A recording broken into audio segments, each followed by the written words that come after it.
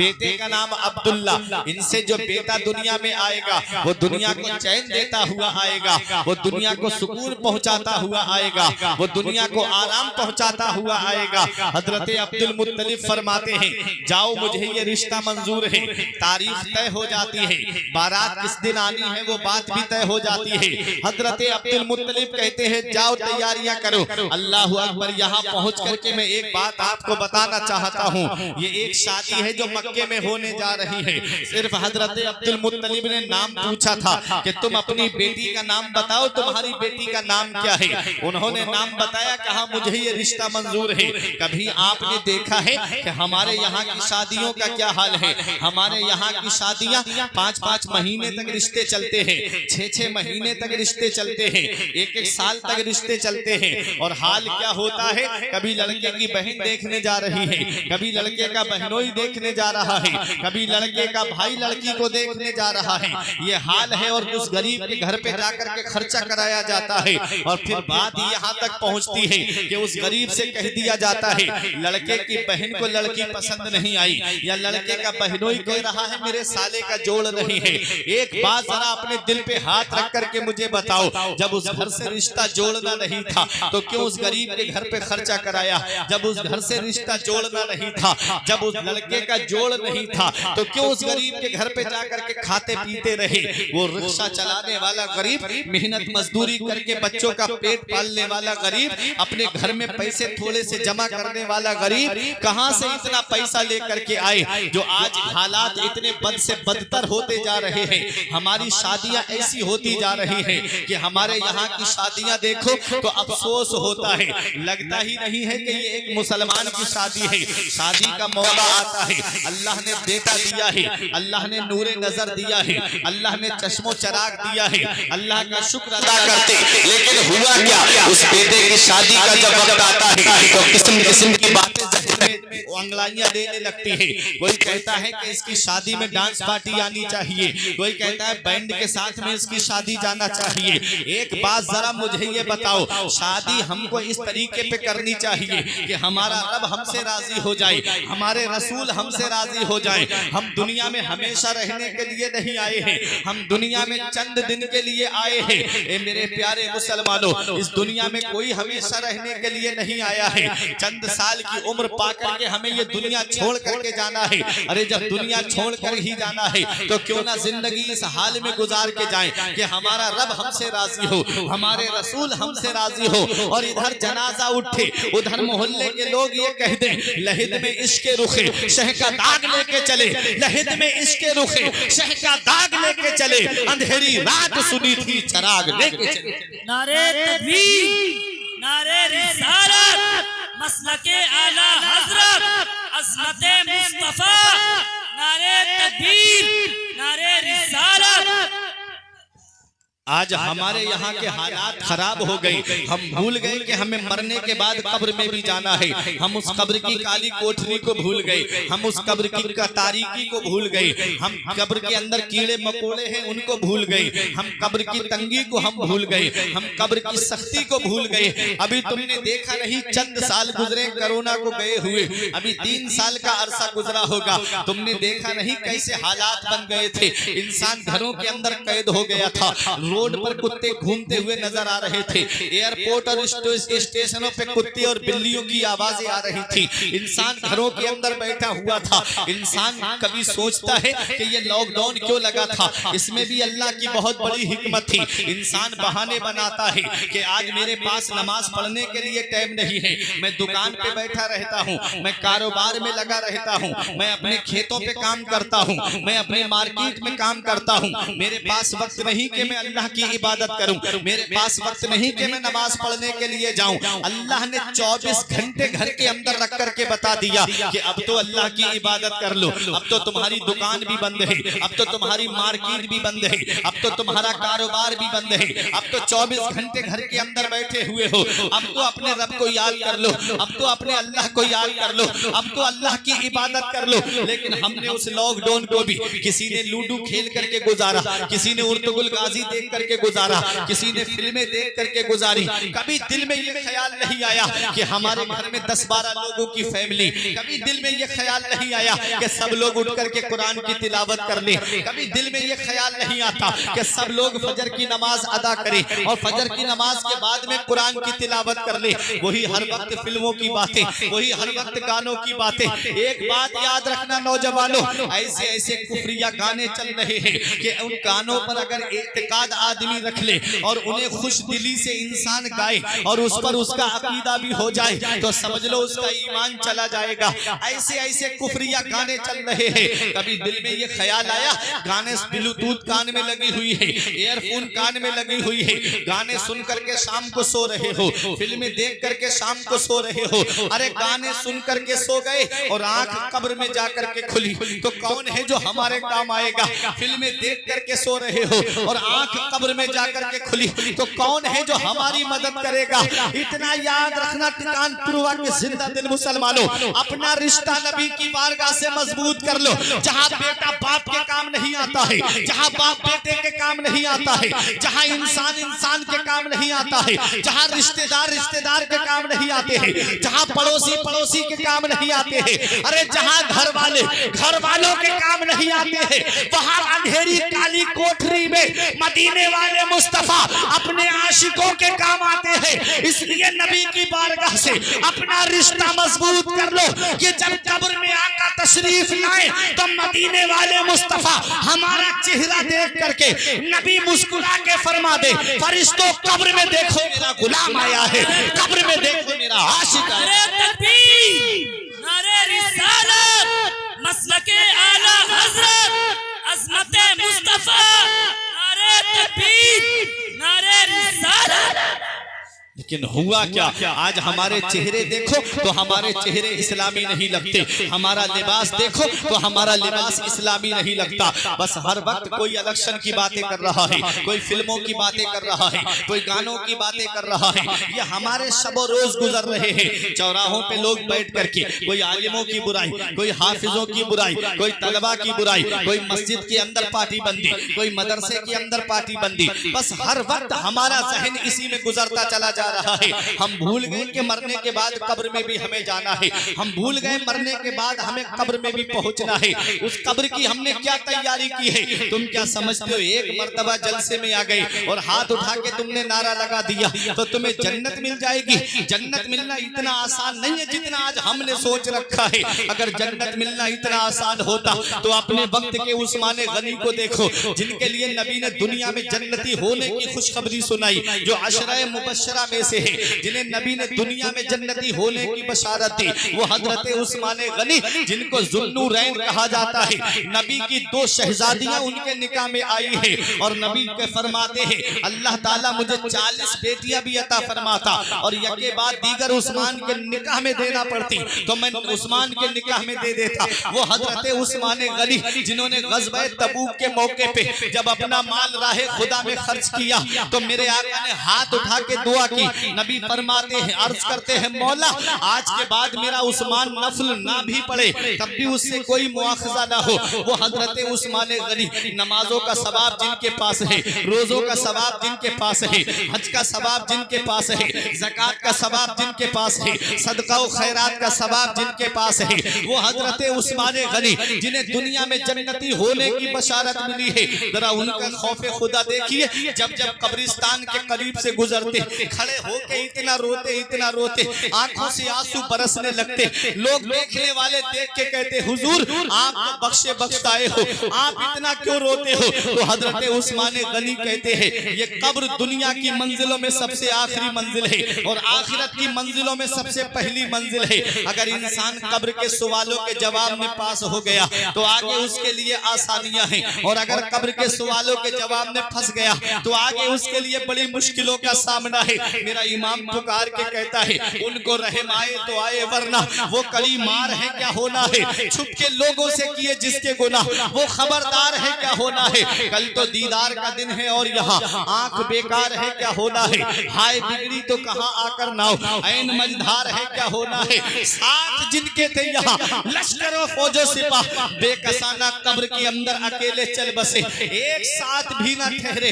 वादा जिनका आ गया जी के जी में रह गए, अरमान सारे चल बसे। अरे घमंड किस बात पे है, तकब्बुर किस बात पे है। बड़ी बड़ी दौलत वाले आए, बड़े बड़े पैसे वाले आए, बड़ी बड़ी हुकूमत की कुर्सी पे हुकूमत करने वाले आए, बड़े बड़े सेहतमंद आए, लंबी लंबी उम्र पाने वाले आए। तुमने देखा नहीं फिरौन को दरियाए कुलजुम में रब ने डिबो के मार दिया, नमरूद को लंगड़े मच्छर ने मार दिया, शद्दाद अपनी बनाई हुई मसनूई जन्नत तक न देख सका, हामान को रब ने कैसे दुनिया से हिलाक कर दिया, कारून को उसके खजाने के साथ रब ने जमीन में धंसा दिया, अबू जहल को छोटे छोटे बच्चों ने मारा, यजीद दर्द कौलेंज से दुनिया से चला गया। तुम इनका अंजाम नहीं देखते। घमंड किस बात पे है, कभी दौलत पे घमंड आने लगे, कभी पैसे पे तकब्बुर होने लगे, कभी बेटों की नौकरी पे घमंड आने लगे, कभी खुद की सेहत पे तकब्बुर होने लगे। तो एक चक्कर कब्रिस्तान का लगा लिया करो, वहां तुमसे ज्यादा दौलत वाले लेते हैं, वहां तुमसे ज्यादा पैसे वाले लेते हैं, वहां तुमसे ज्यादा सरमाए वाले लेते हैं। वो जिनकी नाक पे कभी मक्खी नहीं बैठती थी, आज उनके जिस्म को मिट्टी ने गला सड़ा करके एक तरफ कर दिया। घमंड किस बात पे है। अरे जिंदगी इस हाल में गुजार करके जाओ कि तुम्हारा रब तुमसे राजी हो जाए, तुम्हारे रसूल तुमसे राजी हो जाए। जुआ खेल के दुनिया से मत जाना, जिना करके दुनिया से मत जाना, चोरी करके दुनिया से मत जाना, शराबे पी के दुनिया से मत जाना, अय्याशियां करके दुनिया से मत जाना। क्योंकि जो जिना करके दुनिया से जाता है उसका नाम मिटा दिया जाता है, जो चोरी करके दुनिया से जाता है उसका नाम खत्म कर दिया जाता है, जो अय्याशी करके दुनिया से जाता है उसका नाम मिटा दिया जाता है, और जो नमाजें पढ़ के दुनिया से जाता है लोग उसे याद करते हैं, जो रोजे रख के दुनिया से जाता है लोग उसे याद करते हैं। अरे जो अच्छे काम करके दुनिया से जाता है लोग उसे याद करते हैं। इमाम गजाली फरमाते हैं इंसान मरने के बाद कब्र में चला जाता है और अच्छा इंसान लोगों के दिलों में चला जाता है, फिर लोग उसे याद करते हैं, अपनी गुफ्तगू में याद करते हैं, अपनी बातों में याद करते हैं, अपनी महफिलों में याद करते हैं। अच्छे इंसान को हर इंसान याद करता है। इस हाल में दुनिया से जाना कि इधर जनाजा उठे, उधर मोहल्ले के लोग ये कहें पांचों वक्त की नमाज पढ़ने वाले का जनाजा जा रहा है, इधर जनाजा उठे, उधर मोहल्ले के लोग ये कहें। लोग गाने सुनते थे, फिल्में देखते थे, उससे अपने दिल बहलाते थे। ये कुरान की तिलावत सुन करके दिल बहलाता था, ये कुरान पढ़ करके दिल बहलाता था, ये उसका जनाजा जा रहा है। जब इस हाल में दुनिया से जाओगे तो तुम्हारा रब भी तुमसे राजी हो जाएगा, तुम्हारे रसूल भी तुमसे राजी हो जाएंगे, और अल्लाह हमसे राजी हो गया, रसूल हमसे राजी हो गए। जब तक दुनिया में रहोगे तब भी आराम से रहोगे, और मरने के बाद कब्र में भी चैन सुकून से रहोगे। नारे तकबीर, नारे रिसालत, मसलके आला हजरत सरकार की आमद, दिलदार की आमद, कायनात की आमद। नारे रिसालत, अल्लामा फारूक रज़ी साहब क़िबला, नारे तकबीर। हम दुनिया में चंद दिन के लिए आए, हम दुनिया में चंद दिन के लिए आए हैं। ये दुनिया छोड़ करके हमको जाना है, और जल्दी ये दुनिया हमको छोड़ करके जाना है। मैंने खुद अपनी आंखों से कोरोना काल में एक एक घर में 3-3 जनाजे रखे हुए देखे थे। ऐसा दौर जो पहली लहर में बच गए वो दूसरी में निकल गए, और दूसरी लहर तो ऐसी आई थी कि लोग ऑक्सीजन के लिए लाखों रुपये हथेली पे रख करके फिर रहे थे कि कहीं सिलेंडर मिल जाए, हमारे अजीज को ऑक्सीजन चढ़ जाए, उसकी जान बच जाए। पैसे वाले, दौलत वाले पूरा हॉस्पिटल खरीद सकते हैं, लेकिन उन्हें हॉस्पिटल में बेड तक नसीब नहीं हुआ। इन्ना बत्सा रब्बिका लशदीद, तेरे रब की पकड़ बहुत सख्त है। जब अल्लाह पकड़ता है तो कोई छुड़ाने वाला नहीं मिलता। इसलिए उस रब की पकड़ से डरना चाहिए। शादी करो तो ऐसी करो सादगी के साथ जैसे अली का अक्द हुआ फातिमा के साथ। आज हमारे यहाँ की शादियों के तरीके बदल गए, आज हमारे यहाँ की शादियों के रिवाज बदल गए। आज हमारे यहाँ की शादी देखी जाए तो सुन्नत तरीके पे शादी नहीं होती। हमारे यहाँ की शादियाँ 8-8 दिन से घरों में ढोल बजने शुरू हो जाते हैं। शादी कार्ड छपवाएंगे तो लिखवाएंगे शादी मुबारक। मुबारक के माना पे कभी गौर किया? बारका युबारे को बरकत से बना मुबारक, जिसके माना आते हैं बरकत वाली शादी। ऐसी शादी जिसमें बरकत हो, ऐसी शादी जिसमें बरकत नाजिल हो। बताओ जिसमें 8 दिन से घर में ढोल बज रहा हो, उस शादी में बरकत कहाँ से होगी? जिस शादी में डांस पार्टी नाचे, बताओ उस शादी में बरकत कहाँ से होगी? जिस शादी में डांस पार्टी आए और जिसमें बैंड बजे, बताओ उसमें बरकत कहाँ से होगी? जिन शादियों में आधी आधी आस्तीन के कपड़े पहन करके बहू बेटियां बेपर्दा घूमती नजर आए, बताओ उस शादी में बरकत कहाँ से होगी? ये हाल आज हमारे यहाँ की शादियों का हो गया है। शादी इस हाल में करो कि तुमसे तुम्हारा रसूल राजी हो जाए, तुमसे तुम्हारा खुदा राजी हो जाए। अरे शादी करो तो ऐसी करो सादगी के साथ जैसे अली का अक्द हुआ फातिमा के साथ। मेरे आका दोनों आलम के मालिक व मुख्तार हैं। आका चाहते तो अपनी बेटी फातिमा का निकाह सबसे बड़े घराने में कर देते, सबसे अमीर घराने में कर देते। मेरे आका ने अपनी बेटी फातिमा का निकाह उनके साथ में किया, मौला अली शेर खुदा के साथ, जिनके पास रहने के लिए मकान तक नहीं था। वो अली शेर खुदा जो सिर्फ एक जोड़ लिबास पहने हुए थे, उसमें भी पेबंद लगे हुए थे, उनके साथ निकाह किया मेरे नबी ने अपनी लाडली बेटी का। और फरमाया मेरी बेटी फातिमा, मैंने तेरा निकाह जिसके साथ किया है वो मेरे खानदान में सबसे बेहतर है। बेटी मैंने अपने खानदान में सबसे बेहतर के साथ तेरा निकाह किया है। वो हजरत मौला अली शेर खुदा है। हजरत फातिमा तो ज़हरा रजी अल्लाह ताला अन्हा के लिए जब हजरत अबू बकर सिद्दीक ने कहा आका मैं जहेज जमा कर दूं, तो आका की आंखों में आंसू आ गए। आका रो के फरमाते हैं अबू बकर मैं अपनी बेटी को जहेज दूंगा तो मेरी उम्मत के उन गरीबों का क्या होगा जिनके घर में कई कई बेटियां जवान होंगी? वो अपने घर में कहां से इतना जहेज इकट्ठा करेंगे? वो कहां से अपनी बेटियों के लिए जहेज जमा कर पाएंगे? अल्लाह अकबर। वो मेरा नबी हम गरीबों से कितनी मोहब्बत फरमाता है, वो मेरा नबी हम गरीबों से कितना प्यार फरमाता है। वो मेरा नबी हम गरीबों को जब पैदा हुआ तो नहीं भूला। मेरे आका जब मेराज के तशरीफ ले जा रहे थे तो हमको नहीं भूले। आका जब इस दुनिया ज़ाहिरी से तशरीफ ले गए, जब कब्र अनवर में उतारा गया, तब नबी हम गुनाहगारों को नहीं भूले। आला हज़रत पुकार के कहते जो ना भूला आज तक हम गरीबों को रजा, याद उसकी अपनी आदत कीजिए। अल्लाह अकबर। वो नबी जो हर वक्त हमको याद कर रहे हैं, आज ये उम्मत उस नबी को भूल गई। आज इस उम्मत ने उस महफिल में 2-3 घंटे नहीं बैठ सकती। वो क्या नबी के नाम पे गर्दन कटाएगी? सिर्फ जुबानी हमारा दावा है कि हम नबी से मोहब्बत करते हैं, हम नबी से प्यार करते हैं। अरे नबी के आशिक ऐसे नहीं होते, नबी के दीवाने ऐसे नहीं होते। नबी के आशिक तो वो थे जो तल न सकते थे अगर जंग में अड़ जाते थे, पांव शेरों के भी मैदान से उखड़ जाते थे, हक से फिरा कोई तो बिगड़ जाते थे, तेग तो क्या चीज है हम तोपों से लड़ जाते थे। वो नबी के आशिक थे। 313 थे तो 1000 को धूल चटा दी, 1000 थे तो 10,000 को धूल चटा दी। जंग यरमुक में सिर्फ 60 मुसलमान थे, 60,000 को धूल चटा दी। नबी के आशिक ऐसे होते हैं जो नबी के नाम पे जो जुबान से कहते हैं वो करके भी दिखाते हैं। जो कौम आज नबी के फरमान पर अमल करते हुए मस्जिद तक ना जा सके, वो क्या नबी के नाम पे गर्दन कटाएगी? जो अपना सर रब की बारगाह में ना झुका सके, वो क्या रब के नाम पे गर्दन कटाएगी? ये सिर्फ झूठा दावा है, झूठी है मोहब्बत तेरी। इतना याद रखना प्यारे मुसलमानों, जिंदगी इस हाल में गुजार करके जाओ कि शरीयत मुतहरा पे अमल करके दुनिया से जाना, नबी की सुन्नतों पे अमल करके दुनिया से जाना। बड़ी तेजी के साथ पैगाम दे करके मैं रुखसत होना चाहता हूँ। मेरे आका हुजूर सल्लल्लाहु अलैहि वसल्लम को गरीबों से कितनी मोहब्बत है। आका फरमाते हैं अबू बकर अगर मैं अपनी बेटी को जहेज दूंगा तो मेरी उम्मत के उन गरीबों का क्या होगा जिनके घर में कई कई बेटियां जवान होंगी, वो अपनी बेटियों को कहां से इतना जहेज जमा करेंगे। अल्लाह अकबर। आज हालात इतने बढ़ते चले गए, आज कई लाख के हिसाब से मुस्लिम बेटियां मुर्तद्दा हो गई। आए दिन मोबाइलों में आप खबरें नहीं देखते, कभी व्हाट्सएप पे खबर, कभी यूट्यूब पे खबर, कभी फेसबुक पे खबर कि फला इलाके की मुस्लिम बेटी ने इस्लाम धर्म छोड़ दिया, फला इलाके की मुस्लिम बेटी जो इस्लाम धर्म छोड़ करके मुर्तद्दा हो गई। ये आए दिन खबरें नहीं देखते, कभी हमारी आंखों में आंसू नहीं आते ये खबरें देख करके, कभी हमारा दिल नहीं लरसता ये खबरें देख करके।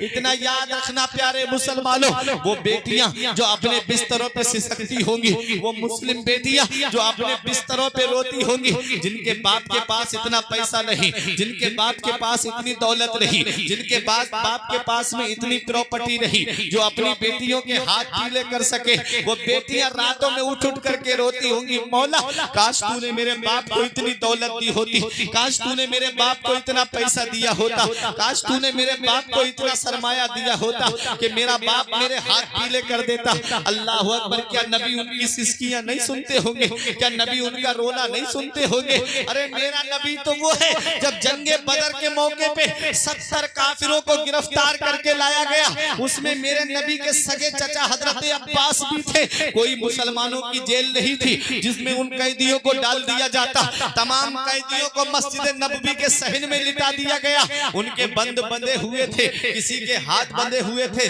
किसी के हाथ पीछे को बंधे हुए थे, किसी के हाथ गर्दन पे बंधे हुए थे। उनके बंद कसके बंधे होने की वजह से जब रात में जब उनके कराहने की आवाज बुलंद हुई, मेरे नबी आराम के लिए लेटे, मेरे नबी थोड़ी सी देर आराम के लिए लेटे। जब उनके कराहने की आवाज नबी के कानों में पहुंची तो मेरा नबी बेदार हो गया। मेरा नबी बाहर तशरीफ लाता है, इरशाद फरमाता है, ए मेरे सहाबा इनके बंद खोल दो, इनके बंद खोल दो, इनके कराहने से मुझे तकलीफ पहुंच रही है, इनके कराहने से मुझे तकलीफ पहुंच रही है। वो मेरा नबी जो काफिरों का कराहना ना देखे, वो मेरा नबी जो काफिरों का रोना ना देखे। बताओ जब मुस्लिम बेटियां बिस्तरों पे रोती होंगी तो नबी को कितनी तकलीफ पहुंचती होगी, नबी को कितना रंज पहुंचता होगा।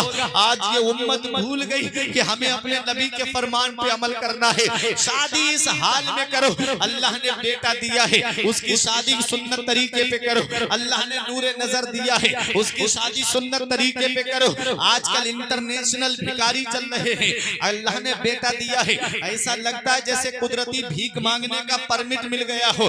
उसके जहेज के नाम पे कैश मांगा जा रहा है, कभी मंगनी के नाम पे कैश मांगा जा रहा है, कभी दिखनौर के नाम पे कैश मांगा जा रहा है कि लड़के की माँ को कानों में जेवर चाहिए, बहनों को पैरों में जेवर चाहिए, लड़के के भाइयों को मोबाइल चाहिए, लड़के के वालिद को स्कूटी मंगनी में चाहिए, लड़के के बहनोई को मोबाइल चाहिए। अरे खुद की मेहनत की कमाई से वो घर में टूटी साइकिल जमा ना कर सका, लेकिन बेटे की शादी करने जब खड़ा हो रहा है तो मेरे बेटे को कार चाहिए, मेरे बेटे को मोटरसाइकिल चाहिए। ये हालात आज हमारे बनते हुए चले जा रहे हैं। अगर कोई इंसान अपनी बेटी की शादी करने के लिए कर्ज कर भी लेता है, प्रॉपर्टी बेच के शादी कर भी देता है, तो एक बेटी की शादी में इतना कर्जा हो जा रहा है कि बाकी बेटियों के बालों में चांदी उतर आ रही है, बाकी बेटियों के बाल सफेद पड़ते जा रहे हैं। अल्लाह अकबर। इतना याद रखना, बंदे के देने से कुछ नहीं होता है, रब देता है तब घर में पूरा होता है। कोई इंसान किसी इंसान को क्या देता है, कोई इंसान किसी इंसान को क्या देता है? अरे आदमी सिर्फ वसीला है, खुदा देता है। आदमी सिर्फ वसीला है, खुदा देता है। दौलत देने वाली जात अल्लाह की है, पैसा देने वाली जात अल्लाह की है, सरमाया देने वाली जात अल्लाह की है, रुपया देने वाली जात अल्लाह की है। वो राज़िक है, गिज़ा कीड़ों को देता है वो पत्थर में, वो राज़िक है, गिज़ा कीड़ों को देता है वो पत्थर में। भटकता फिरता है इंसान के रोजी के चक्कर में, उड़ाने भर हवाओं में या लगा गोते समंदर में, मिलेगा बस वही जितना के लिखा है मुकद्दर। जितना अल्लाह ने तकदीर में लिखा है उतना ही मिलेगा। चाहे भीख मांग के ले लो, चाहे रब की रजा पे राजी होकर के ले लो। तो बेटों की शादी सुन्नत तरीके पे करो, बेटों की शादी इस तरह से करो कि तुम्हारा रब तुमसे राजी हो, तुम्हारे रसूल तुमसे राजी हो। एक शादी हमारे यहाँ है और एक शादी वो है जो मक्के में होने जा रही है। मेरे नबी के वालिद की शादी होती है, मेरे नबी के वालिद का निकाह होता है। अल्लाह अकबर। हजरत आमिना रुखसत होकर के आती हैं और अपने वालिद के घर 3 दिन के बाद पहुंचती हैं। जब तीसरे दिन आप पहुंची तो अपने वालिद के गले लग कर के रोने लगी। जब अपने वालिद के गले लग कर के रोई, बाप ने पूछा बेटी क्या बात है, क्या परेशानी कुछ है? बेटी ने कहा अब्बा कोई परेशानी नहीं। कहा बेटी फिर रोती क्यों है? हजरत आमिना का जवाब सुनो और अपना ईमान ताजा कर लो। हजरत आमिना कहती है अब्बा जब तक मेरा निकाह नहीं हुआ था, जब मैं घर से बाहर निकलती तो न कोई पत्थर मुझे सलाम करता, न कोई दरख्त मुझे सलाम करता। आज जब मैं अपने घर से निकली हूँ तो रास्ते में जो भी पहाड़ी पड़ती वो मुझे सलाम करती, जो भी दरख्त पड़ता वो मुझे सलाम करता। अल्लाह अकबर। हजरत अब्दुल्ला की पेशानी में जो मेरे नबी का नूर जगमगा रहा था वो हजरत आमिना के शिकमे मुबारक में आ गया। हजरत आमिना जिस गली से गुजर जाए वो गली खुशबू से महक जाए। हजरत आमिना जिस पहाड़ी के करीब से गुजरे उन पहाड़ियों से सलाम की आवाज आए। जो दरख्त करीब से आप गुजरे दरख्त के, दरख्त ऊपर हो नीचे आ जाए और हजरत आमिना को सलाम करे। मेरा इमाम पुकार के कहता है अपने मौला की है बस शान अजीम, जानवर भी करे जिनकी ताजीम, संग करते हैं अदब से तस्लीम, पेड़ सजदे में गिरा करते हैं। नारे तकबीर, नारे रिसालत, अज़मते मुस्तफा, नारे तकबीर, नारे रिसालत। वो नूरे मुस्तफा हजरत आमिना के शिकमे मुबारक में परवान चल रहा है। इधर हजरत अब्दुल्ला को हजरत अब्दुल मुत्तलिब मुल्क के शाम भेजते हैं, जा मेरे बेटे जाकर के कुछ सामान खरीद करके ला। जब हमारा बेटा दुनिया में आएगा तो एक बड़ी दावत का एहतिमाम और इंतजाम और इंतजाम करेंगे। हजरत अब्दुल्ला आए, वापसी पर हजरत अब्दुल्ला की तबीयत खराब हो गई। यसरिब में आप बीमार हो गए, मदीना मुनव्वरा में उधर आपका इंतकाल हो जाता है। इधर काफिला चला आता है। हजरत अब्दुल मुत्तलिब ने काफिले वालों से पूछा मेरा बेटा अब्दुल्ला नहीं आया? कहा उनको हम यसरिब में छोड़कर आए हैं। आपने अपने बड़े बेटे हारिस को भेजा, जा बेटा अपने भाई अब्दुल्ला को लेकर के आ। जब हारिस पहुंचे तो पता चला कि हजरत अब्दुल्ला का विसाल हो चुका है। अब हजरत अब्दुल्ला इस दुनिया में नहीं है। आप रोते हुए मक्के में दाखिल हुए। हजरत अब्दुल मुत्तलिब ने पूछा क्या मेरा बेटा अब्दुल्ला नहीं आया? हारिस ने रोते हुए कहा अब उनका इंतकाल हो चुका है, अब वो इस दुनिया में नहीं रहे। अल्लाह अकबर। जरा सोचो तो सही, हजरत अब्दुल मुत्तलिब ने जब ये सुना आंखों में आंसू आ गए। सोचने लगे, कहने लगे उस बहू से जाकर के क्या कहूं जो अपने सुहाग का इंतजार कर रही है। उस बहू से जाकर के कैसे कहूं जो अपने शौहर का इंतजार कर रही है। हिम्मत बांध के घर के अंदर गए। हजरत आमिना ने पूछा अब्बा क्या मेरे शौहर अब्दुल्ला नहीं आए? हजरत अब्दुल मुत्तलिब ने सर पे हाथ रख करके कहा बेटी सब्र से काम लो, हजरत अब्दुल्ला का विसाल हो चुका है। इतना सुनना था। हजरत आमिना सर पकड़ करके बैठ गई, कहती है मौला अभी मेरा बेटा दुनिया में आया नहीं, तूने उसके वालिद का साया पहले ही उठा लिया। रब की रहमतों ने जवाब दिया आमिना इसके वालिद का साया हमारी हिकमतों से उठा है। हम दुनिया वालों को दिखाना चाहते हैं जिसे हमने अपना महबूब बनाया है वो किसी का एहसान लेने नहीं आया है बल्कि सारी कायनात पर एहसान करने के लिए आया है। ये हजरत अब्दुल्ला है, इनका विसाल हो गया।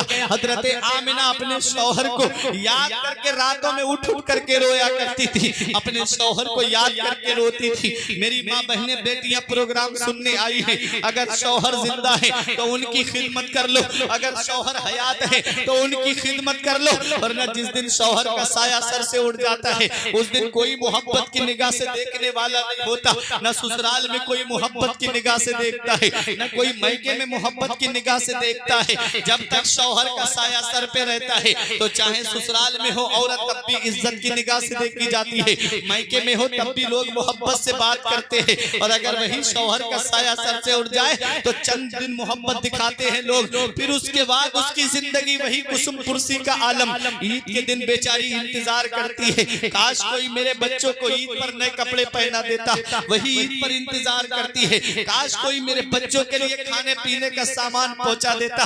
जब तक बच्चों का वालिद जिंदा होता है वो चाहे दूसरों के घरों में काम करे, चाहे दूसरों के खेतों में मजदूरी करे, लेकिन अपने बच्चों को ईद पर नए कपड़े पहनाता है। इसलिए मेरी माँ और बहनों, अगर शौहर जिंदा है तो उनकी खिदमत कर लो, उनसे कोई ऐसी डिमांड ना करो जिसको वो पूरा ना कर सके। जिस दिन ये साए सर से उठ जाते हैं उस दिन कोई मोहब्बत की निगाह से देखने वाला नहीं होता। हजरत आमिना अपने शौहर को याद करके रातों में उठ उठ करके रोती थी। हजरत अब्दुल्ला को याद करके रोती थी। वो नूर दुनिया में आने वाला है, वो पैगंबर दुनिया में आने वाला है। आसमान जिसका इंतजार कर रहा है, जिसके सदके में हमें पैदा किया गया, वो पैगंबर कब आएगा। जमीन इंतजार कर रही है, जिसके सदके में मुझे बिछाया गया, वो पैगंबर कब आएगा। सूरज इंतजार कर रहा है, जिसके सदके में मुझे चमक मिली, वो पैगंबर कब आएगा। चांद इंतजार कर रहा है, जिसके सदके में मुझे रोशनी मिली, वो पैगंबर कब आएगा। सितारे इंतजार कर रहे हैं, जिसके सदके में हमें सजाया गया, वो पैगंबर कब आएगा। सारी दुनिया की निगाहें मक्के पे टिकी हुई है। ऐ मक्का, जमीन तेरी होगी, ए खाना काबा पड़ोस तेरा होगा, ए आमिना के घर तू होगा, आमिना की गोद होगी, अब्दुल्ला का मकान होगा, अब्दुल मुत्तलिब का घर होगा। ऐ मक्का, तेरी सरजमीन पे वो पैगंबर आएगा, वो रसूल आएगा, वो नबी आएगा। सारी दुनिया मुंतजिर है, जिसके सदके में कायनात पैदा की गई, वो पैगंबर कब आएगा। ये वही मक्का है जहां नबी की आमद से पहले जरा जिंदगियां आप देख लीजिए। औरत क्या थी, औरत को पैर की जूती से ज्यादा इज्जत नहीं दी जाती थी। अगर कोई औरत का तस्करा कर देता तो उसको इंसान बहुत बुरी नजर से देखता था। ये वही मक्का है जहां किसी के घर में बेटी पैदा हो जाती तो वो अपने आप को सबसे बड़ा मनहूस समझता था, सबसे बड़ा नहूसत वाला समझता था, और अपनी बेटी को अपने हाथों से जमीन में जिंदा गाड़ देता था। उसकी गर्दन पे पैर रख करके जमीन में जिंदा दबा दिया करता था। कोई अपनी बेटी को कुएं में फेंक आता था। ये वही मक्का है जहां भाई अपनी बहन को अपने हाथों से जिबा कर देता, भाई अपनी बहन का मर्डर अपने हाथों से कर देता, ताकि मैं किसी का साला ना कहलाऊं और कोई मेरा बहनोई ना कहलाए। ये वही मक्का है जहां पर अगर किसी औरत का शौहर मर जाता तो वो औरत अपने बेटों की विरासत में आ जाती। बेटा उस माँ को ले जा करके बाजार में बेच आता था। ये हाल हो चुका था औरतों के साथ। बेटियां जमीन में जिंदा गाड़ी जा रही थी, बहनों को भाई अपने हाथों से जिबा कर रहे थे, माओ को बेटे अपने बाजारों में बेच करके आ रहे थे। ये हाल हो चुका था। एक सहाबी है जिनका नाम हजरत दहिया कल्बी है। जब उन्होंने इस्लाम कबूल किया, नबी ने फरमाया इस्लाम कबूल कर लिया है, तो वो सहाबी रोने लगे, कहते या रसूल अल्लाह, क्या अल्लाह मेरे गुनाह माफ फरमा देगा, क्या अल्लाह मेरी खताएं माफ फरमा देगा। मेरे नबी ने फरमाया क्या गुनाह है तुम्हारा। कहते आका मैं जिस कबीले का सरदार हूँ, मेरे अंडर मेरी सरपरस्ती में 70 घर आते हैं। मैंने अपने इन हाथों से 70 लड़कियों को जमीन में जिंदा गाड़ दिया है। क्या अल्लाह मेरा ये गुनाह माफ फरमा देगा। मेरे नबी करीम सल्लल्लाहु अलैहि वसल्लम ने इरशाद फरमाया, जब तुमने एक मर्तबा कलमा शरीफ पढ़ा तो अल्लाह ने अय्यामे कुफ्र के तुम्हारे सारे गुनाह माफ फरमा दिए। दहिया कल्बी अब और रोने लगे। नबी ने फरमाया अब क्यों रोते हो। कहते या रसूल अल्लाह, एक बात मैं आज तक नहीं भूला। नबी ने फरमाया कौन सी बात। कहते या रसूल अल्लाह, जब मैं तिजारत के लिए जा रहा था अपनी बीबी को हामिला छोड़ करके गया। मैंने कहा ए मेरी बीबी,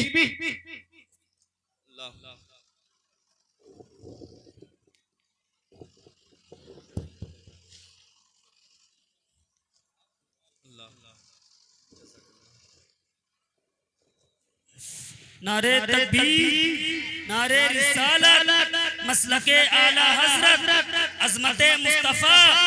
नारे तकबीर, नारे रिसालत। मेरे आका हुजूर सल्लल्लाहु अलैहि वसल्लम के सहाबी हजरत दहिया कल्बी रो के कहते या रसूल अल्लाह, एक बात मैं आज तक नहीं भूला। नबी ने फरमाया क्या। कहते आका मैं तिजारत के लिए जा रहा था, अपनी बीवी को हामिला छोड़ करके गया। मैंने कहा ये मेरी शरीके हयात, लड़का पैदा हो तो मिठाई बांटना, बेटा पैदा हो तो खुशी का इजहार करना, और अगर बेटी पैदा हो तो गला दबा करके मार देना। अल्लाह अकबर। ये इतना कहा और कहते मैं चला गया। कई साल के बाद वापस आया तो मैंने जब दरवाजा खटखटाया तो फूल सी बच्ची ने दरवाजा दरवाजा खोला। आपकी बात समझ में आ रही है तो जरा मोहब्बत से कह दो सुभान अल्लाह। दहिया कल्बी कहते आका मैंने दरवाजा खटखटाया तो मेरी फूल सी बच्ची ने दरवाजा खोला। मैंने पूछा मनंते तू कौन है? वो बच्ची कहती है मैं इस घर के मालिक की बेटी हूँ। वो बच्ची मुझसे पूछती है आप कौन है? मैंने कहा मैं इस घर का मालिक हूँ। कहते वो बच्ची मेरे कदमों से लिपट गई। अब्बा आप कहाँ चले गए थे? मैं आपका कब से इंतजार कर रही थी। मैं अपनी अम्मी से पूछती अम्मी मेरे अब्बू कब आएंगे? तो मेरी अम्मी कहती बेटी बहुत जल्द आने वाले हैं। कहते मेरी बच्ची मुझे देख करके मेरे कदमों से लिपट करके रोने लगी। अब्बा बहुत देर कर दी आपने आते आते। कहते मैं बच्ची को लेकर अंदर गया। मैंने अपनी बीवी से पूछा ये किसकी बेटी है? तो मेरी बीवी ने कहा मेरा शौहर इसका चेहरा देखो तुमसे मिलता है, इसके रुखसार देखो तुमसे मिलते हैं, इसकी जुल्फे देखो तुमसे मिलती है। मेरे शौहर ये तुम्हारी बेटी है। कहते मैंने कहा कि तुझे मेरी नसीहत याद नहीं थी? मैंने कहा कि लड़का पैदा हो तो मिठाई बांटना, बेटा पैदा हो तो खुशी का इजहार करना, और बेटी पैदा हो तो गला दबा करके मार देना। वो कहती है मेरे शौहर जब मेरी बेटी पैदा हुई मेरे बराबर में ला करके निटाई गई तो मैंने देखा बेटी है, मैं इसका गला दबाना चाह रही थी। मेरी ममता ने मुझे झंझोड़ करके कहा खबरदार अगर तूने इसका गला दबा दिया तो कयामत तक के लिए बेटियों का भरोसा माँ की ममता से उठ जाएगा।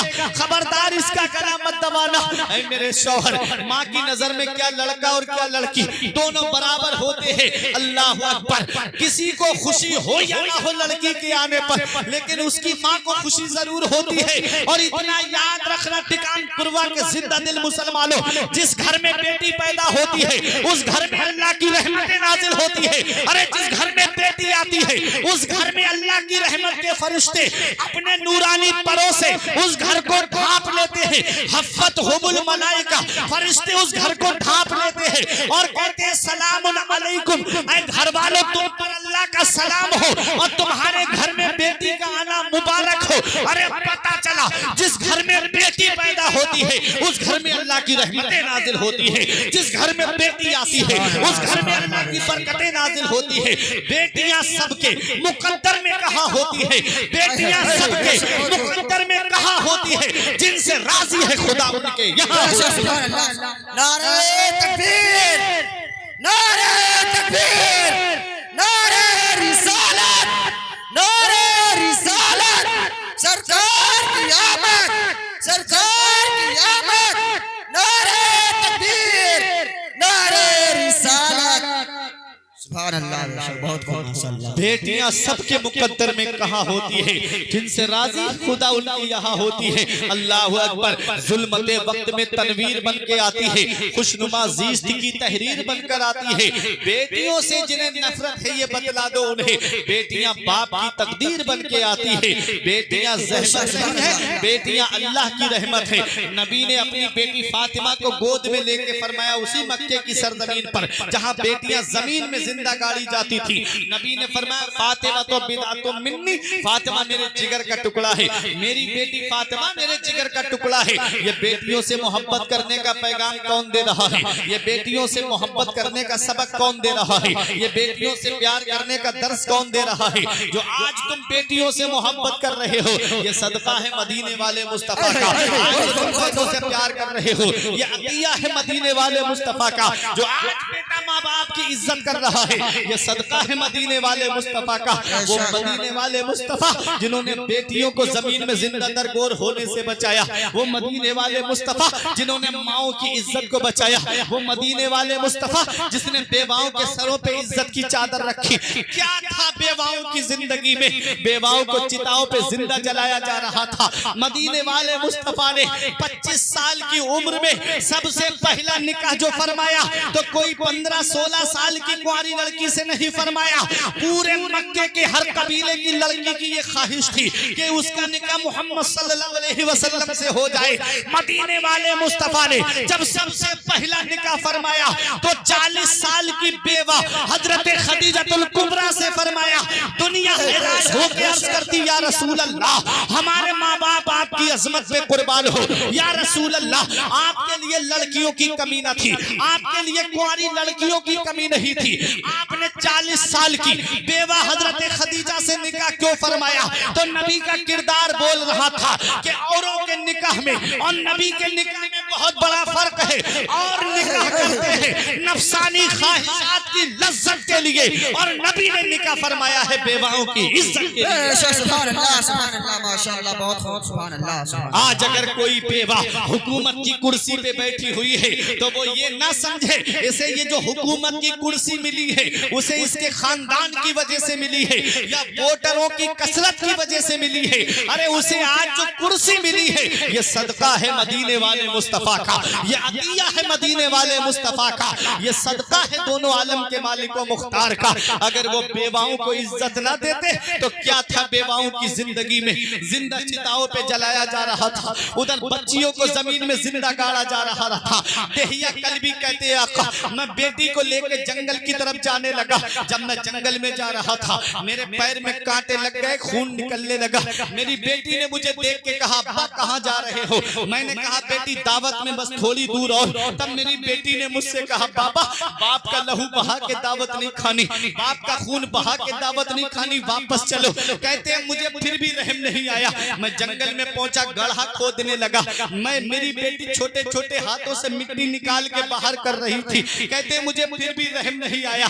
कहते हैं मेरी पेशानी पे पसीना आया, मेरी बेटी ने अपने हाथ से पसीने को साफ किया। कहते हैं मुझे फिर भी रहम नहीं आया। मैंने अपनी बेटी को गड्ढे में खड़ा कर दिया। मेरी बेटी सोच रही थी आज उसका बाप उसके साथ खेल रहा है, उसे क्या पता उसका बाप उसे जमीन में जिंदा गाड़ने के लिए आया है। कहते जब मैंने मिट्टी डालना शुरू की तब मेरी बेटी पैरों तक दब गई। हाथ उठा के कहती है, बाबा पिंडलियां दर्द से फटी जा रही हैं, गोद में ले लो। बाबा पैरों में बहुत दर्द हो रहा है, गोद में ले लो। कहते मुझे फिर भी रहम नहीं आया। कहते मैं और मिट्टी डालने लगा। कहते मुझे मेरी बेटी कह रही थी, बाबा दर्द हो रहा है, गोद में ले लो। कहते मुझे फिर भी रहम नहीं आया। जब मेरी बेटी सीने तक दब गई तब मेरी बेटी ने आसमान की तरफ नजर उठा के देखा। कहती है, मौला जहां सारे दरवाजे बंद हो जाते हैं वहां तेरी रहमत का दरवाजा खुला होता है। ऐ मेरे परवरदिगार, आज मेरा बाप तो जालिम हो गया है, मेरा बाप मुझे जमीन में जिंदा गाड़ रहा है। ऐ मेरे परवरदिगार, मैंने अपने घर में सुना है तेरा आखिरी पैगंबर आएगा, तेरा आखिरी रसूल आएगा, तेरा नबी आएगा जो बेटियों को बचाता हुआ आएगा, जो बेटियों को जिंदा दरगोर होने से बचाएगा। कब आएगा जिंदगी देने वाला, कब आएगा बेटियों को बचाने वाला, कब आएगा बेटियों को जमीन में जिंदा दरगोर होने से बचाने वाला। उधर बेवाएं पुकार के कह रही थी, कब आएगा बेवाओं के सर पे इज्जत की चादर रखने वाला। तो ऐ कानपुरवा की सरजमीन पे रहने वालों, ठीक 12 रबीउल नूर को ऐन खाना काबा के सामने हजरत अब्दुल मुत्तलिब के मकान से, हजरत आमिना की गोद से सुबह सादिक के वक्त में एक आवाज फिजा में गूंजती है, ऐ दफन होने वाली बेटियों अब परेशान मत हो, ऐ चिताओं पे जलने वाली बेवाओं अब परेशान मत हो, तुम्हें बचाने के लिए मोहम्मद रसूलुल्लाह। सुभान अल्लाह, नारे तकबीर, नारे तकबीर, नारे रिसालत, नारे रिसालत, अज़मते मुस्तफा, अज़मते मुस्तफा, नारे तकबीर, नारे रिसालत। सुभान अल्लाह, सुभान अल्लाह, माशाअल्लाह। मुस्तफा आए बच्चियां मुस्कुराने लगी, मुस्तफा आए बहनें मुस्कुराने लगी, मुस्तफा आए माएं मुस्कुराने लगी, मुस्तफा आए गुलाम मुस्कुराने लगे, मुस्तफा आए अरे कमजोर मुस्कुराने लगे, मुस्तफा आए यतीम मुस्कुराने लगे। किसी ने यतीमों से पूछा, ऐ यतीमों जब से तुम्हारा बाप मरा तुम्हारे चेहरे पे कभी मुस्कुराहट नहीं आई, आज तुम्हें कौन सी नेमत मिल गई? तो यतीम पुकार के कह रहे थे, हाँ हाँ जब से हमारा बाप मरा हमारी जिंदगी में अंधेरा छा गया, कोई हमारे सर पे दस्ते शफकत रखने वाला नहीं। आज आमिना की गोद में वो आया है जो दिल से बाप की जुदाई का गम मिटा देगा, जो सरों पे यतीमों के दस्ते शफकत रखेगा। बेवाएं कह रही थी, बेवाओं के सरों पे इज्जत की चादर रखने वाला आ गया। कमजोर पुकार के कह रहे थे, हमें सहारा देने वाला पैगंबर आ गया। गुलाम कह रहे थे, हमें गुलामी से आजादी दिलाने वाला पैगंबर आ गया। हर तरफ खुशी का दौर दौरा था, हर तरफ खुशियां खुशियां मनाई जा रही थी। उस साल परवरदिगारे आलम ने जहां जहां भी पैदाइश हुई, हर जगह लड़के की पैदाइश होती है। क्यों लड़के की पैदाइश हुई? इसका मतलब ये है, अगर किसी के यहाँ लड़की पैदा होती, वो जमीन में उसको जिंदा गाड़ देता, रोने की आवाज आती उस घर से। परवरदिगारे आलम ने फरमाया, आए साल जो भी बच्चे पैदा हो, हर घर में लड़का पैदा हो। अल्लाह अकबर, ये रब का हुक्म था और हर घर में लड़के पैदा हुए। क्यों? इसलिए कि किसी घर से आज रोने की आवाज नहीं आनी चाहिए। आज मेरा महबूब आया है, हर घर से खुशियों की आवाजें आनी चाहिए। मुफ्ती आजम पुकार के कहते हैं, रसूल उन्हीं का तो मुज्दा सुनाने आए हैं, रसूल उन्हीं का तो मुज्दा सुनाने आए हैं, उन्हीं के आने की खुशियां मनाने आए हैं। नसीब तेरा चमक उठा देख तो नूरी, अरब के चांद लहर के सराहने आए हैं। हर तरफ खुशी का दौर दौरा है, हर तरफ खुशियां मनाई जा रही है, हर तरफ खुशियों का दौर दौरा है। जिब्रील की खुशी का आलम न पूछिए। आदम अलैहिस्सलाम और अंबिया किराम आपस में एक दूसरे को मुबारकबाद दे रहे थे। जिब्रील 3 झंडे लेकर के आए, एक खाना काबा की छत पे गाड़ा, एक बैतुल मुकद्दस की छत पे गाड़ा, एक आपने हजरत आमिना के मकान की छत पे गाड़ा, और एक रिवायत में है कि एक खाना काबा की छत पे और एक मशरिक में और एक मगरिब में गाड़ करके खुशी का इजहार किया। झंडा कब लहराया जाता है? जब जंगों में आप देखते होंगे, जब जिस कौम जो जंग जीत जाती है, जिस तरफ की फौज, वो अपनी फौज की तरफ से वो झंडा बुलंद करते हैं कि नहीं, कि हम पता याब हो गए, हम जंग जीत गए। जिब्राइल अलैहिस्सलाम ने एक झंडा वहां गाड़ा जो दुनिया का आखिर है, और एक वहां गाड़ा जो दुनिया का इधर आखिर है, और एक बीचों बीच सेंटर जो खाना काबा है, पूरी दुनिया का बीचों बीच सेंटर खाना काबा। एक झंडा उस पर गाड़ करके लहरा करके ये बता दिया कि आप वो पैगंबर आ गया है जिसकी हुकूमत मशरिक से लेकर के मगरिब तक, शिमाल से लेकर जुनूब तक, सारे जहान में जिस पैगंबर की हुकूमत होगी वो पैगंबर तशरीफ ला चुका है। सुभान अल्लाह, नारे तकबीर, नारे तकबीर, नारे रिसालत, नारे रिसालत, सरकार की आमद, सरकार की आमद, मक्के की आमद, मक्के की आमद, नारे तकबीर, नारे रिसालत।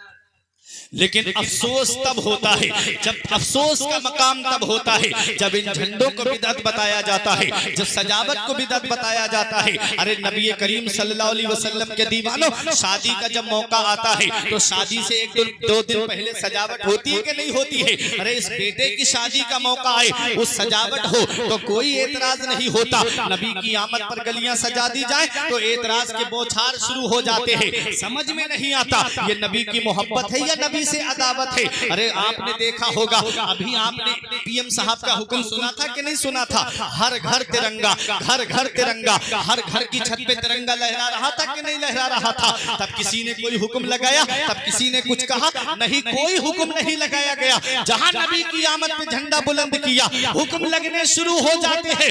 इतना याद रखना प्यारे मुसलमानों, 26 जनवरी आती है, हम 26 जनवरी को यौम जमहूरिया मनाते हैं कि नहीं मनाते हैं? जब 15 अगस्त आती है, हमारा मुल्क आजाद हुआ, हमारा देश आजाद हुआ, हम देश की आजादी की खुशी मनाते हैं क्यों नहीं मनाते हैं? अरे सुनो, जब हम 15 अगस्त की खुशी मनाते हैं तो जिस दिन देश आजाद हुआ उस दिन की खुशी मनाते हो, जिस दिन सारी दुनिया आजाद हुई उस रबीउल अव्वल की खुशी क्यों नहीं मनाते?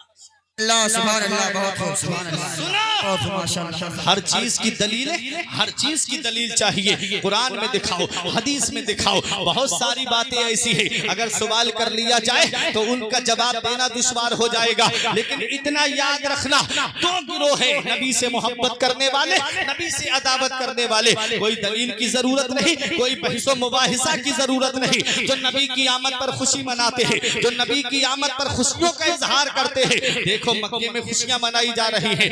ऐसे आलम में जब इबलीस को ढूंढा गया तो मक्के में एक पहाड़ है जिसे बू कुबैस कहते हैं, वहां अपना सर मार रहा था। इबलीस के चेलों ने पूछा, यहाँ क्या कर रहे हो? कहता है, दूर हो जाओ मेरी नजरों से, तुम्हें पता नहीं मेरे मंसूबे को खाक में मिलाने वाला पैगंबर आ गया, मेरे निजाम को दरहम बरहम करने वाला रसूल आ गया। इधर हर तरफ खुशी मनाई जा रही है, उधर इबलीस पहाड़ी में सर मार करके रो रहा है। तो अब लड़ने की जरूरत नहीं, झगड़ने की जरूरत नहीं। जो नबी की आमद पर खुशियां मनाते हैं वो फरिश्तों की सुन्नत अदा करते हैं, नबियों की सुन्नत अदा करते हैं। और नबी की आमद पर जिनके चेहरे बिगड़ जाते हैं वो इब्लीस के तरीके पे चलते हैं। मेरा ईमान पुकार के कहता है ओ मेरे नबी की आमद पर अपने चेहरे बिगाड़ने वालों, अहमद रजा कयामत तक आशिकों को यही पैगाम देता रहेगा कि हश्र तक डालेंगे हम पैदाइश मौला की धूम, मिसले फारिस नजद के किले गिराते जाएंगे, खाक हो जाए अदू जलकर मगर हम तो रजा, दम में जब तक दम है जिक्र उनका सुनाते नारे तकबीर, नारे रिसालत, मसलके आला हज़रत, मसलके ताजुश शरिया, नारे तकबीर, नारे नारे का मुझे बहुत सारी बातें कौम तक पहुंचानी है। नबी की आमद हुई, हर तरफ खुशी का दौर दौरा है, लेकिन आओ जरा देखो ये कौन नबी है। ये मेरा वो नबी है जब माँ के शिकम में थे बाप का साया सर से उठ गया, 6 साल के हुए माँ का साया सर से उठ गया, 8 साल के हुए दादा का साया सर से उठ गया। अल्लाह अकबर, खुदाई हैरान है मेरे मौला, जिसे तूने सारे जहान के लिए रहमत बना करके भेजा, उसके साथ में ऐसा मामला। माँ के शिकम में है, बाप का साया उठ गया, 6 साल के हुए माँ का साया उठ गया, 8 साल के हुए दादा दुनिया से चले गए। मौला उनके साथ ऐसा मामला, तो रब की रहमतों ने जवाब दिया, इनके वालिद का साया हमारी हिकमतों से उठा, इनकी माँ का साया हमारी हिकमतों से उठा, इनके दादा का साया हमारी हिकमतों से उठा। अगर इनकी माँ जिंदा होती, अगर इनका बाप जिंदा होता, अगर इनका दादा जिंदा होता, और जब ये मक्के में इस्लाम का परचम बुलंद करते तो बाप कहता बेटा मेरे दबदबे के साए में तूने इस्लाम का झंडा बुलंद किया। माँ कहती बेटा मेरी ममता के साए में तूने इस्लाम का परचम बुलंद किया। दादा कहता बेटा मेरी सितवत के साए में तूने इस्लाम का परचम बुलंद किया। रब ने वो साए पहले ही उठा लिए ताकि दुनिया देख ले, जिसे मैंने अपना महबूब बनाया है उसे किसी के सहारे की जरूरत नहीं है, उसका खुदा उसका सहारा है और वो सारी खुदाई का सहारा है। गमज़दों को रज़ा मुज़दा दीजे के हैं बेकसों का सहारा हमारा। माशाअल्लाह माशाअल्लाह। आखिरी बात, तकरीर खत्म। मेरे आका हुजूर सल्लल्लाहु अलैहि वसल्लम की उम्र शरीफ जब 6 साल की हुई तो आपकी वालिदा उदास बैठी थी। आमिना, आका तशरीफ लाए, अम्मी क्या बात? हजरत आमिना कहती है बेटा तुम्हारे वालिद अब्दुल्ला की याद आ रही है, अपने दादा से पूछो क्या हम यसरिब जा सकते हैं? तो आपके दादा ने इजाजत दे दी, जाओ। उम्मे ऐमन को साथ कर दिया, 6 साल की उम्र मेरे आका की है, एक काफिला जा रहा था उसी के साथ कर दिया। जब मकामे अबवा में पहुंचे तो हजरत आमिना की तबीयत खराब हो गई। 6 साल की उम्र मेरे आका की है, मकामे अबवा में पहुंचे तो हजरत आमिना की तबीयत खराब हो गई। कोई आम खातून बीमार नहीं हुई है, कबीले कुरैश की एक मुअज़्ज़ज़ खातून बीमार हुई है। काफिला ठहर गया, काफिला रुक गया, लेकिन तबीयत में कोई सुधार नहीं आया। तो काफिले वाले बोले आमिना अब हमें इजाजत दे दो, हम जाना चाहते हैं। हजरत आमिना ने फरमाया शौक से चले जाओ, मुझे किसी के सहारे की जरूरत नहीं है, मेरी हिफाजत के लिए रब्बे काबा की रहमत काफी है। काफिला चला गया। अब वो चटियल मैदान, हर तरफ पहाड़ियां ही पहाड़ियां नजर आ रही थी, बबूल के दरख्त ही दरख्त नजर आ रहे थे। बज़ाहिर कोई मर्द नहीं है मेरे आका के साथ में, 6 साल की उम्र मेरे आका की है और साथ में बांधी उम्मे ऐमन है। और हजरत आमिना पे वो वक्त आया जो सब पे आना है, वो घड़ी आई जो सब पे आनी है, वो टाइम आया जो सब पे आना है, वो लम्हा आया जो सब पे आना है, वो वक्त आया जो सब पे आना है। जब जाकनी का आलम तारी हुआ, जब इस दुनिया ज़ाहिरी से तशरीफ ले जाने वाली है हजरत आमिना, जब आपके ऊपर मौत का वक्त तारी हुआ तो मेरे नबी ने देखा माँ का साया सर से उठने वाला है, मुशफिका माँ का साया सर से उठने वाला है। नबी ने अपनी माँ के सर को अपने जानू पे रख लिया, अपनी माँ का सर दबाने लगे मेरे आका। अल्लाह अकबर। जन्नत की हूर ने कहा या रसूल अल्लाह आप हमें इजाजत दे दें, हम आपकी माँ की खिदमत करें। तो मेरे नबी का किरदार बोल रहा था, नबी का कैरेक्टर बोल रहा था, नबी का अखलाक बोल रहा था। नबी की सीरत बोल रही थी कि माँ की खिदमत का हक नर्सों और नौकरानियों की ड्यूटी लगा के अदा नहीं होता है। माँ की खिदमत का हक तब अदा होता है जब बेटा खुद अपनी माँ की खिदमत करता है। मेरे आका अपनी माँ का सर दबा रहे हैं। हजरत आमिना ने देखा कि आका रो रहे हैं, आंसू निकले हजरत आमिना के चेहरे पर गिरे। हजरत आमिना अपना हाथ नबी के चेहरे अनवर पे फेर के कहती है, मत रो मेरे लाल, तू दुनिया में रोने के लिए नहीं आया है। आंसू मत बहा मेरे लाल, तू दुनिया में आंसू बहाने के लिए नहीं आया है, बल्कि बहते हुए आंसुओं को पोंछने के लिए आया है। तू तो रोते हुए को हंसाने के लिए आया है। बच्चे माँ बाप की मौत पे इसलिए रोते हैं कि माँ बाप के बाद में बेसहारा हो जाएंगे। मेरे लाल, तू किसी के सहारे का मोहताज नहीं है। तेरा खुदा तेरा सहारा है और तू सारी खुदाई का सहारा है। अल्लाह अकबर। मेरे आका हुजूर सल्लल्लाहु अलैहि वसल्लम से हजरत आमिना कहती है, मेरे लाल, मैं देख रही हूँ तेरा चर्चा मशरिक से लेके मगरिब तक, शिमाल से लेके जुनूब तक। मेरे लाल, सारे जहान में तेरा चर्चा होगा। वह जिक्र बाप और मेरा जिक्र बाकी रहेगा। आमिना का चर्चा कभी खत्म नहीं होगा। आमिना का नाम कभी नहीं मिटेगा। आमिना का जिक्र कभी खत्म नहीं होगा। वह वलद तोहरा, तेरे जैसा पाकीज़ा बेटा छोड़कर जा रही हूँ, तेरे जैसा सुथरा बेटा छोड़कर जा रही हूँ। ये कहा हजरत आमिना ने और मेरे आका को गोद में लिया, प्यार किया मेरे आका को।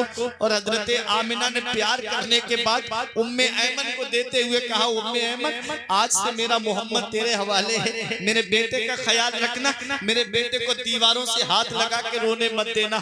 उम्मे ऐमन कहती है, हजरत आमिना की आवाज रुक गई। हजरत आमिना की जब आवाज रुक गई तो नबी अपनी माँ का जिस्म पकड़ करके हिलाने लगे।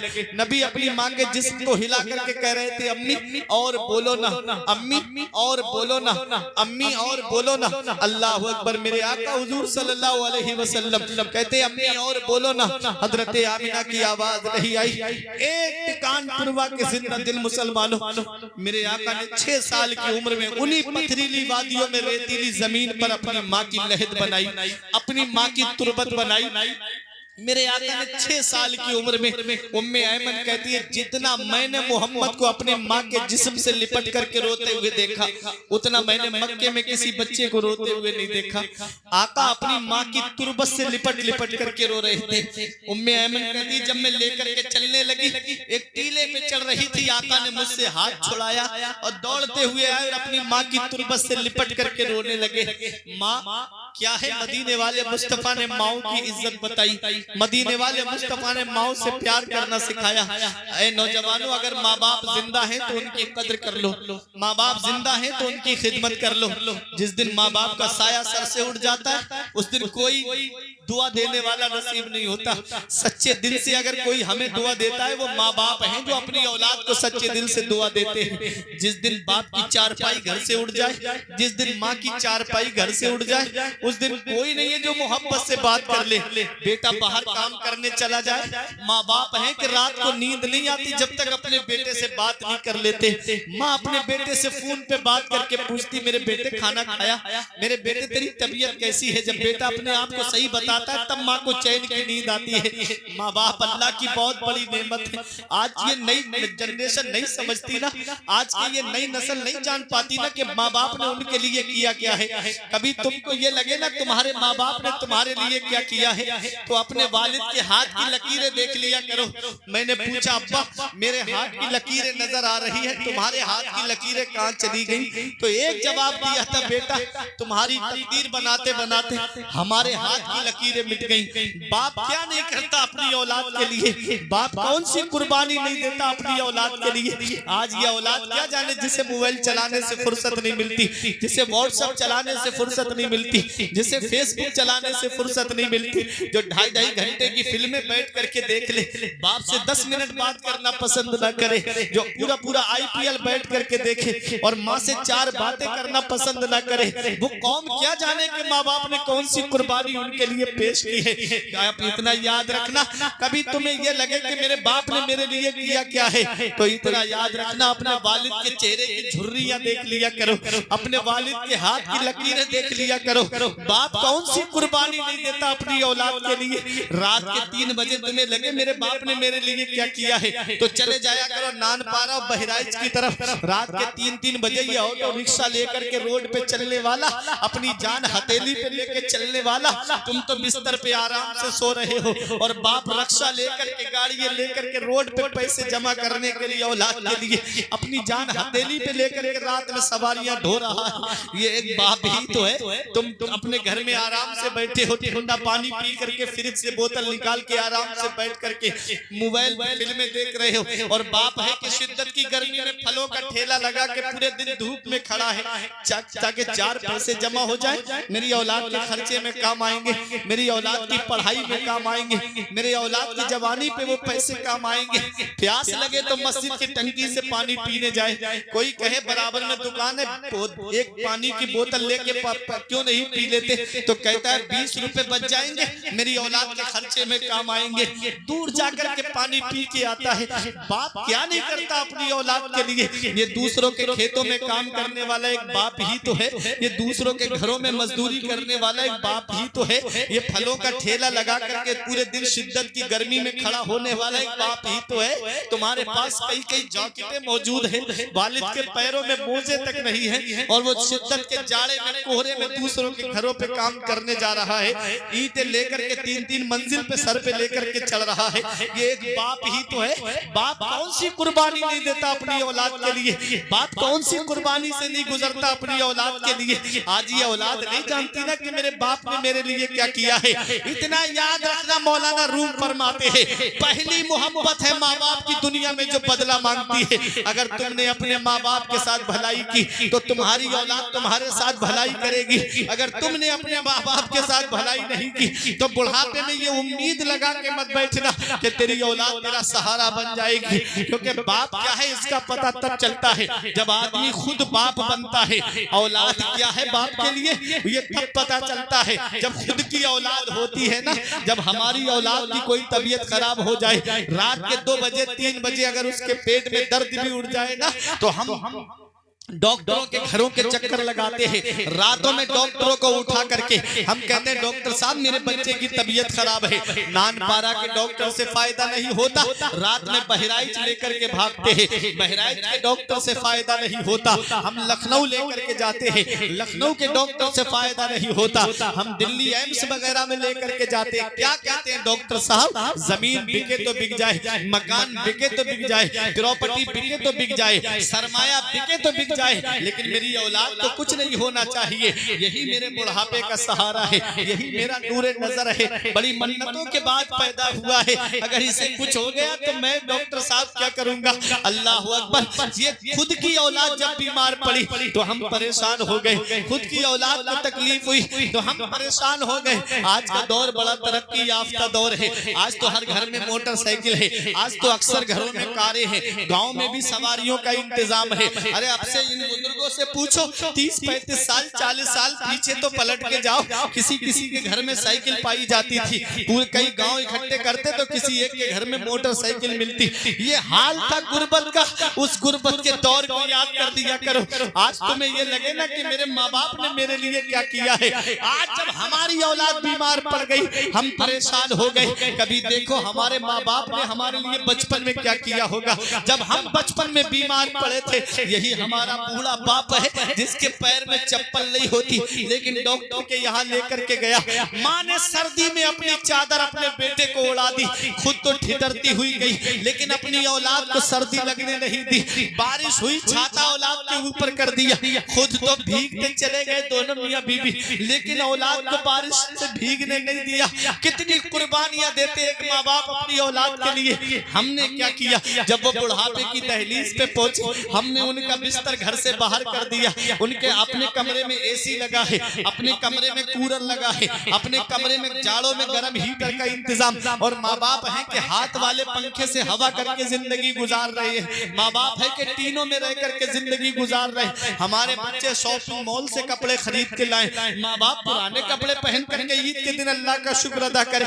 हमारे बच्चे सिवई खाएं, हमारे माँ बाप हमारे बच्चों का चेहरा देखे। क्या इसी दिन के लिए माँ बाप ने औलाद को जवान किया था। क्या इसी दिन के लिए माँ बाप ने औलाद को पाला था? क्या इसी दिन के लिए माँ बाप ने औलाद को जवान किया था? इतना याद रखना टिकान पुरवा के जिंदा दिल मुसलमानों, माँ बाप अल्लाह की इतनी बड़ी नेमत है। जिस दिन ये साए सर से उठ गए उस दिन कोई मोहब्बत से दुआ देने वाला नहीं मिलेगा। हमारे उलमा फरमाते हैं बाप आंगन में लगे हुए पेड़ की तरह है। जिस दिन ये पेड़ गिर जाता है उस दिन धूप भी परेशान करती है, हवा के गरम गरम थपेड़े भी परेशान करते हैं। ऐसे माँ बाप के साए की ना कदरी न कर, ऐसे माँ बाप के साए की ना कदरी न कर। धूप काटेगी बहुत जब ये शजर गिर जाएगा। अरे धूप कैसी भी हो साया नहीं खोने देता, धूप कैसी भी हो साया नहीं खोने देता, राह कैसी भी हो बेबस नहीं होने देता। बेच के अपना लहू चाहे वो रोटी लाए, अरे बाप औलाद को भूखा नहीं सोने दे। माशाअल्लाह माशाअल्लाह सुभान अल्लाह सुभान अल्लाह माशाअल्लाह। बेच के अपना लहू चाहे वो रोटी लाए, बाप औलाद को भूखा नहीं सोने देता। वक्त ठुकरा देगा एक दिन मेरी सारी ये कुर्बानियां, दामने उम्मीद में फकत नाकामियां रह जाएंगी। शादियों के बाद बेटे तो अलग हो जाएंगे, बाप के हाथों में फकत बैसाखियां रह जाएंगी। बाप क्या नहीं करता अपनी औलाद के लिए, बाप कौन सी कुर्बानी नहीं देता अपनी औलाद के लिए। ऐ मेरे नौजवानों, अगर तुम चाहते हो कि बुढ़ापे में तुम्हारी जिंदगी सुकून से गुजर जाए तो अपने बूढ़े माँ बाप का ख्याल रखो। माँ बाप बचपन में हमसे पूछते बता मेरे लाल आज क्या खाएगा, बता मेरे लाल आज क्या खाना पसंद करेगा। हम अपने वालिद के सामने फरमाइश रखते हैं अब्बा आज मुझे खाने में ये चाहिए। अगर मटन मांगा तो मटन बाप ला के देता, चिकन मांगा तो चिकन बाप ला करके देता। जब वो बुढ़ापे की दहलीज पे पहुंच गए क्या औलाद का कोई फर्ज नहीं बनता? एक बार अपने वालिद साहब से पूछ ले अब्बा आज क्या खाना पसंद करोगे, बताइए आज आपका बेटा आपको ला करके देगा। वो खाना तो वैसे भी पसंद नहीं करते हैं, वो तो औलाद की खुशी में खुश रहते हैं, वो तो औलाद को खुश देखना पसंद करते हैं। अरे तुमने अगर बाप का दिल रख लिया हाथ उठा के दुआ कर देंगे, अल्लाह तेरे घर में इतनी बरकतें अता फरमाएगा कि तेरी नस्लें खाएंगी तब भी वो बरकत खत्म नहीं होगी, तब भी वो पैसा खत्म नहीं होगा। घर में माँ बाप को राजी कर लो, माँ बाप हाथ उठा के दुआ कर देंगे, अल्लाह ताला घरों में बरकतें अता फरमाएगा, अल्लाह ताला घरों में बरकतों का नुज़ूल फरमाएगा। मैं बरेली शरीफ से आया, लोग मुझसे बोले हजरत हमारे लिए दुआ कर देना। पीर साहब आ गए, उनके हाथ चूम के कहते हो पीर साहब हमारे लिए दुआ कर देना। इतना याद रखना इतनी जल्दी मेरी दुआ कबूल नहीं होगी, इतनी जल्दी पीर साहब की दुआ कबूल नहीं होगी, इतनी जल्दी किसी आलिम की दुआ कबूल नहीं होगी, जितनी जल्दी औलाद के हक में उसके बूढ़े माँ बाप की दुआ कबूल होगी। माशाअल्लाह माशाअल्लाह अपने माँ बाप सुभान अल्लाह सुभान अल्लाह माशाअल्लाह माशाअल्लाह। राजी करो। माँ बाप अगर जिंदा है तो खिदमत कर लो, माँ बाप अगर दुनिया से चले गए, नबी ने फरमाया जुमे के दिन जो बाप की कब्र की जियारत कर ले तो ऐसा है जैसे उसने उनकी हयात में उनकी जियारत की। तो अपने माँ बाप की कद्र करो, अपने माँ बाप की खिदमत करो। माँ बाप जिंदा हैं तो कद्र जानो, माँ बाप जिंदा हैं तो उनकी खिदमत कर लो। जिस दिन ये साए सर से उड़ जाते हैं उस दिन कोई दुआ देने वाला नसीब नहीं होता। बाप आंगन में लगा हुआ पेड़ की तरह है। अल्लाह अकबर। माँ बाप बुढ़ापा क्या जवानी क्या ये बचपन बांट लेते हैं, बुढ़ापा क्या जवानी क्या ये बचपन बांट लेते हैं। न होकर दिल में गुंजाइश तो आंगन बांट लेते हैं। नहीं मंजूर हिस्से में किसी बेटे को अपनी माँ, मगर आपस में बूढ़ी माँ के कंगन बांट लेते हैं। नहीं मंजूर हिस्से में किसी बेटे को अपनी माँ, मगर आपस में बूढ़ी माँ के कंगन बांट लेते हैं। वक्त ठुकरा देगा एक दिन मेरी सारी ये कुर्बानियां, वक्त ठुकरा देगा एक दिन मेरी सारी ये कुर्बानियां। दामने उम्मीद में फकत नाकामियां रह जाएंगी। शादियों के बाद बेटे तो अलग हो जाएंगे, बाप के हाथों में फकत बैसाखियां रह जाएंगी। आज बीबी की मोहब्बत में गिरफ्तार होकर के अपने माँ बाप का बिस्तर घर से बाहर निकाल दिया। इतना याद रखना बीबी की जन्नत शौहर की फर्मा बरदारी में है और शौहर की जन्नत उसकी माँ बाप की फर्मा बरदारी में है। ये हमें फैसला करना है। अगर बीबी नाराज हो गई तो हमारा कुछ नहीं होगा, माँ बाप नाराज हो गए तो अल्लाह नाराज हो जाएगा, उसका रसूल नाराज हो जाएगा। इसलिए हमें अपने माँ बाप को राजी करना है, हमें अपनी जन्नत बचा के रखनी है। कहीं ऐसा ना हो कि माँ बाप दुनिया से रूठ करके चले गए, माँ बाप इस हाल में दुनिया से चले गए कि वो हमसे नाराज थे, तो फिर हमको तबाह होने से कोई नहीं बचा सकता। घर में रूठे हुए माँ बाप को मना लो। उलमा फरमाते हैं कि अगर पैर पकड़ के भी माँ बाप को राजी करना पड़े तो राजी कर लो।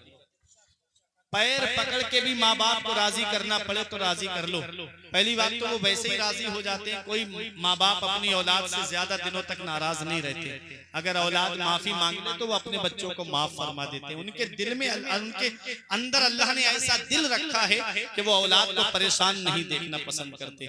वो हमेशा औलाद की खुशी चाहते हैं। मेरे आका अपनी माँ की तुरबत से लिपट करके रो रहे थे। मेरे आका ने अपनी माँ आमिना की तुरबत से लिपट करके रो करके हमको माँ का मकाम बता दिया, माँ की अजमत बता दी, माँ की शान बता दी। ये वही मक्का जहाँ बेटियों को जमीन में जिंदा गाड़ दिया जाता था। नबी ने अपनी बेटी से प्यार करके हमें बेटियों से प्यार करना सिखाया।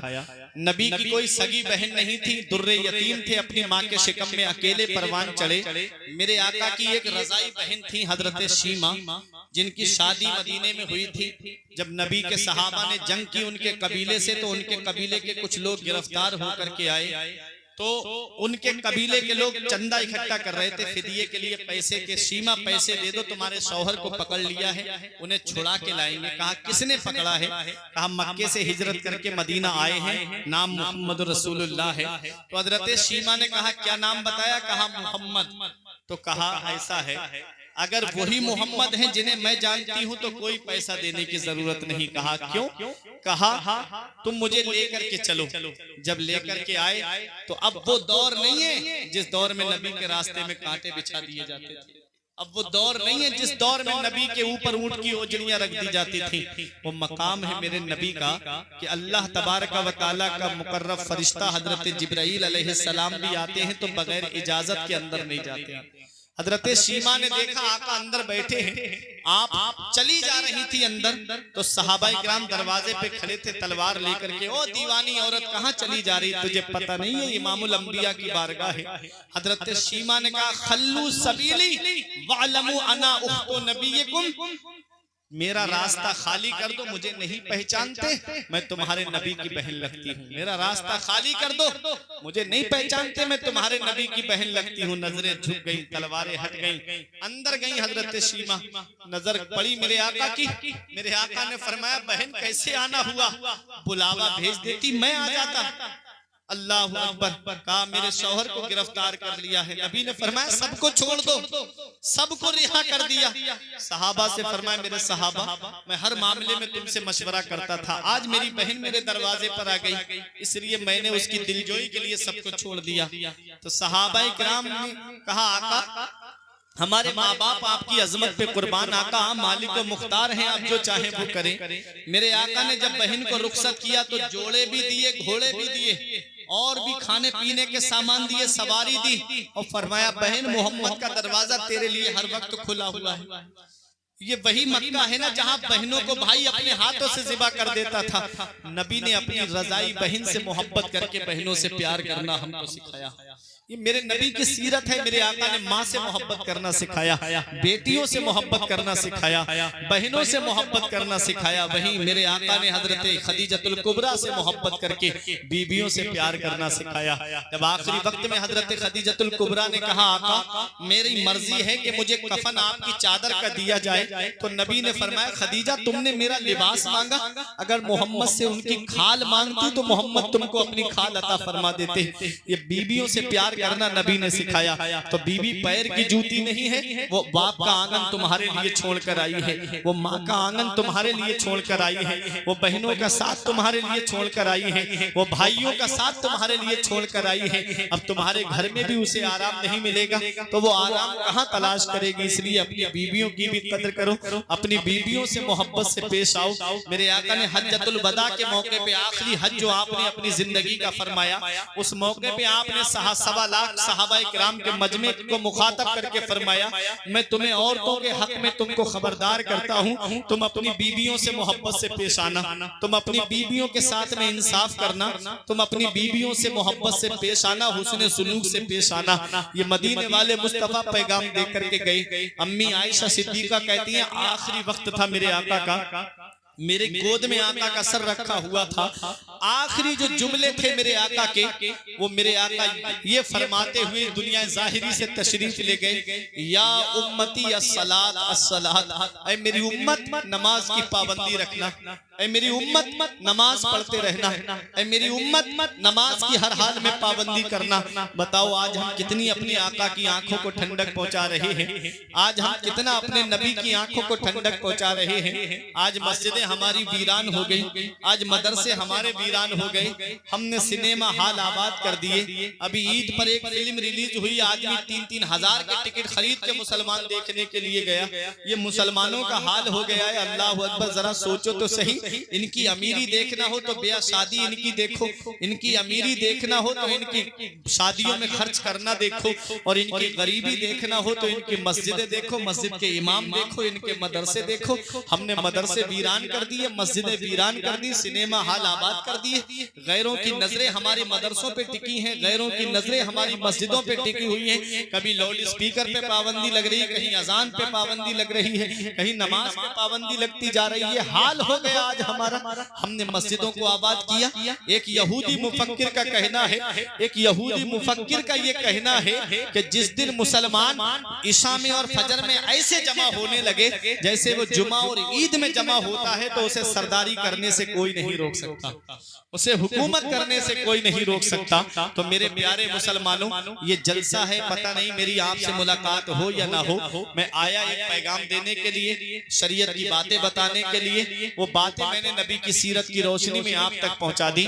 दुआ करता हूँ परवरदिगार आलम पहले मुझे, बाद में आपको अमल की तौफीक अता फरमाए, और मेरे बयान करने में सबकत लिसानी की वजह से या बतकाज़ा बशरियत कोई गलती हो गई हो तो मौला मुझे माफ फरमाए। अस्तगफिरुल्लाह रब्बी मिन कुल्ले ज़ंबि व अतूबु इलैहि। मेरे साथ मिलकर के कलमा तैयब पढ़ने, ला इलाहा इल्लल्लाहु मुहम्मदुर रसूलुल्लाह।